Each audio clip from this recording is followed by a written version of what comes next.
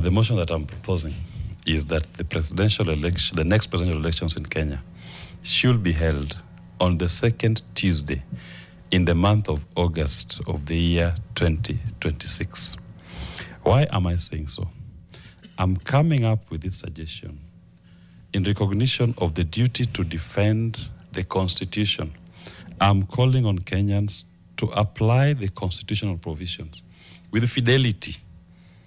They should not circumvent the Constitution to accommodate political interests. And the nation needs to wake up from what I refer to as a national inertia and to give up the hang-ups from the old Constitution, which had provided for a term limit of 5 years. Those provisions of the old Constitution that had specifically provided for 5-year terms were dropped in 2010. And we came up with a Constitution whose architecture required that elections are held in the 5th year, not after the 5th year. And to that extent, Uhuru Kenyatta's first term as president, the 5th year started on the 4th of March, 2016, and was to 2017, and was to end on the 4th of March, 2018.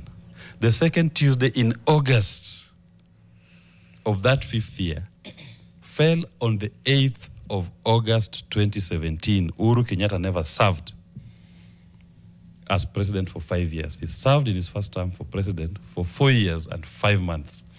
That was a true interpretation and application of the Constitution. I am now struggling with a nation that seems to think and forget that a president is entitled to a 5-year term. He's not. How are we going to achieve this? We'll achieve this purely by saying, adherence to the Constitution, go and look at your Constitution, second Tuesday of August in the 5th year, conduct your elections. Pure and simple. Are there any budgetary implications of this? Of course, we finance our elections management body every year, and we make provisions on the conduct of those elections.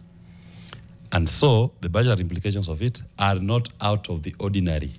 They are the usual financial commitments the Kenyan people make whenever they're supposed to donate their sovereign power to their democratically elected representatives. There are supporting cases in support of this. I'll say this. One thing Kenyans need to understand: the structure of our Constitution adopted the American model. That is why you have a Supreme Court. You have a bicameral parliament. You have a pure presidential system. This model was moving away from the Westminster model, mixed member, which was a quasi-presidential and quasi-parliamentary system. We went purely presidential system. And if the American Constitution was at the background of our drafting, and we've adopted those structures, we equally adopted the 4-year term limits for elected offices.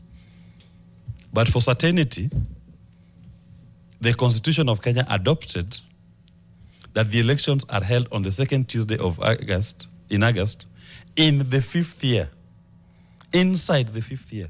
So you are guaranteed a 4-year term. Then on the second Tuesday in August, we conduct elections in that 5th year.